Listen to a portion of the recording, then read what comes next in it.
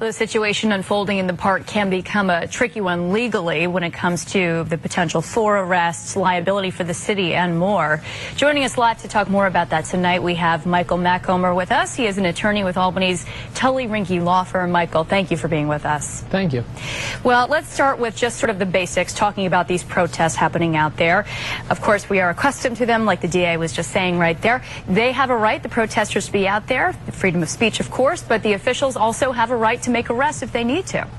Certainly. There's always, the freedom of speech is not unlimited. There are always some limitations that do apply to that. And, I think what we're talking about with regards to the mayor and David Soares here is whether or not, these protesters are violating any local laws.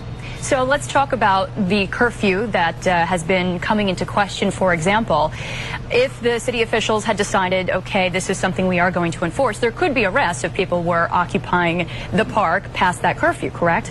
That is a possibility, but I think what we're seeing here is the police department and the city in general exercising a level of discretion as to on how they're going about this at this point. What kinds of charges could protesters be up against when it comes to a protest like this, and also at the same time going against that freedom of speech? Well, one of the common ones you might see is something such as like disorderly conduct, or even so far as obstructing government administration. These typically happen when the protesters become not peaceful, when they start becoming louder, if they start pushing back. From everything that's been going on at this point in time, the protest has been very peaceful. There has not been any kind of problems, and so that's why we're not seeing any of these incidents. That's right. We do want to reiterate the fact that they have been peaceful so far. Could there be any sort of situation here where legal action could be taken in terms of lawsuits?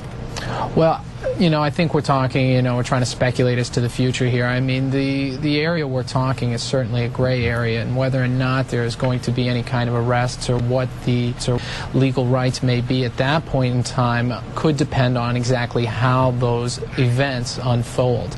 At this point in time, with, everybody remaining peaceful and the city taking the stance that they are, that might be very unlikely. What happens, though, in terms of liability if something were to take place on the park, or in the park, I should say, city-owned property?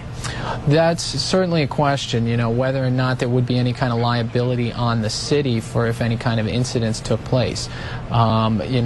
Again, there are some questions if in fact they're outside of the curfew or anything like that, who would be actually liable for any kind of incidents. All right. Well, we will continue reporting on it. Michael Macomber with Tully Rinckey again. Thank you so much for joining us. Thank you.